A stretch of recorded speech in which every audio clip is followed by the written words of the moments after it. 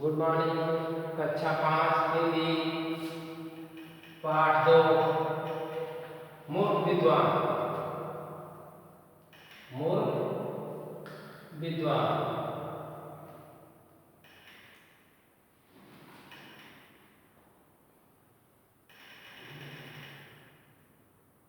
मूर्ख विद्वान।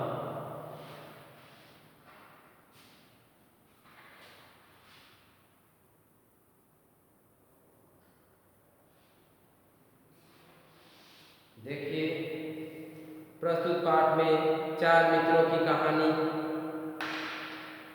का चित्रकथा के रूप में वर्णन किया गया है। इस पाठ का सार यह है कि किसी भी शक्ति का बुद्धिमत्ता से पूर्वक प्रयोग करना आवश्यक होता है, अन्यथा वह शक्ति हमारा ही विनाश कर देता है। जिस तरह आप लोग देखे होंगे कि हमारे कोरोना का प्रकोप इतना अधिक बढ़ रहा है कि ये शांत होने का ही नाम नहीं लेता। ये क्या है?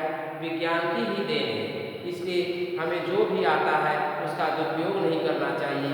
विज्ञान चरम सीमा पर पहुंच गया है, इसलिए इसका ये इतना विनाश के कगार पर हो गया है। आप लोग आगे देखिए, पाठ में क्या दिया है। एक नगर में 4 मित्र रहते थे। वे चारों एक साथ विद्या ग्रहण करते थे। 3 मित्र तो अनेक विद्याएं पढ़ लिख चुके थे और इन विद्याओं पर उन्हें बड़ा घमंड था। अपनी विद्या पर बहुत घमंड था, किंतु वे सामान्य रूप से बुद्धिमान नहीं थे। मतलब बुद्धिमान लोग क्या होते हैं? बुद्धिमान जो होते हैं वे सामान्य लोग से अलग होते हैं, लेकिन ये बुद्धिमान रहते हुए भी मूर्ख होते हैं।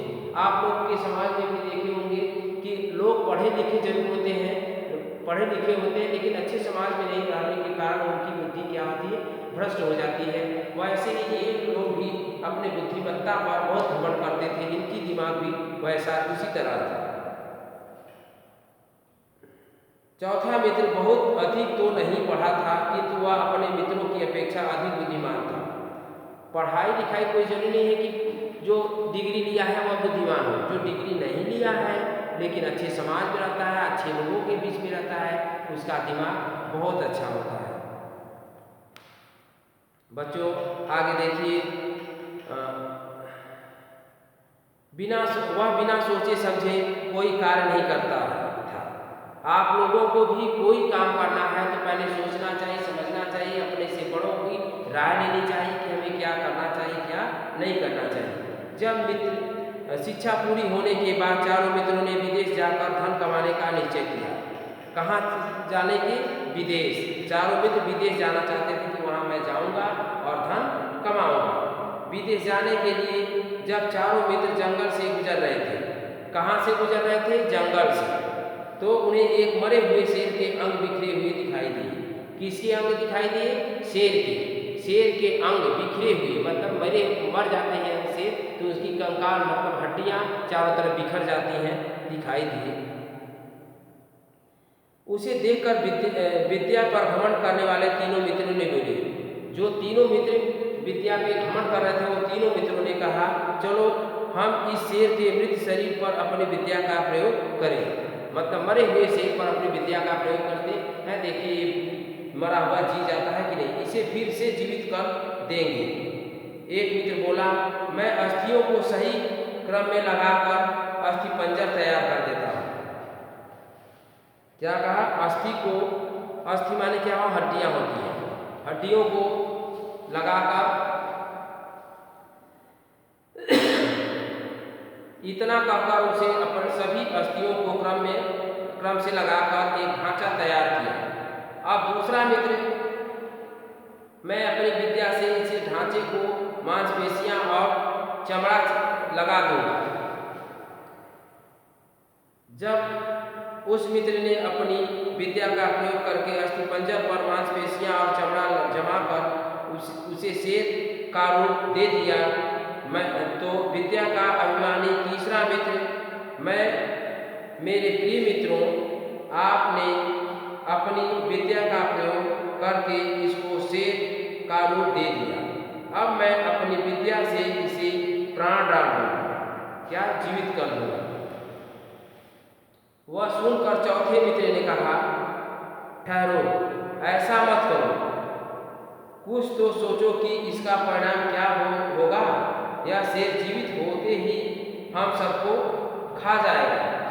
विद्या के घमंड में चूर तीसरे मित्र ने अपने मित्र की बात नहीं मानी और चौथे मित्र से कहा, यदि तुम्हें अपनी विद्या का चमत्कार दिखाना ही है तो दिखाओ, परंतु पहले मुझे इस पेड़ पर चढ़ जाने दो।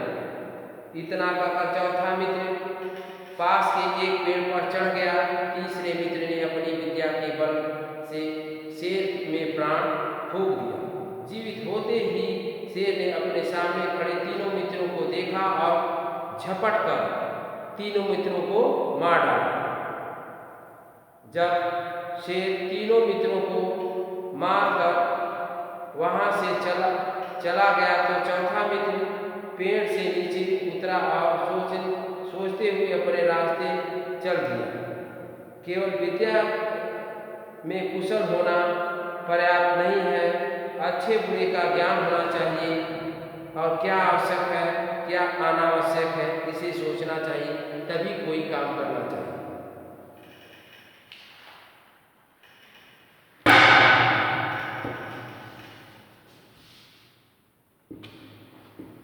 Thank you. आप लोग माने बता लीजिए। अब अभिमानी माने घमंडी।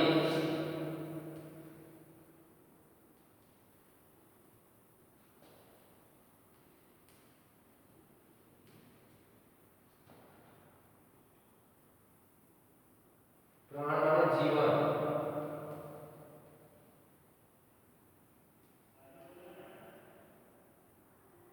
परिणाम माने नतीजा।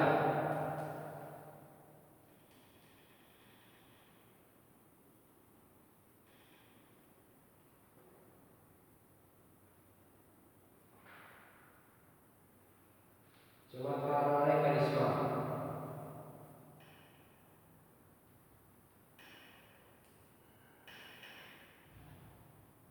चमत्कार माने करिश्मा।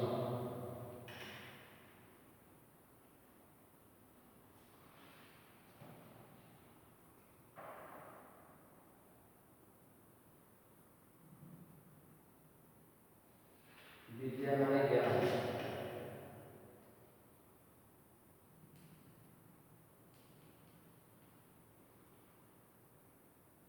अस्थि पंजर में हड्डियों का ढांचा।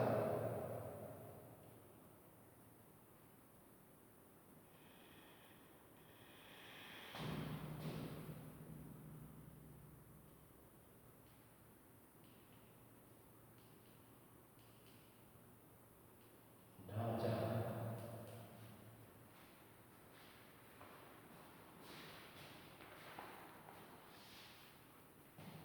Thank you.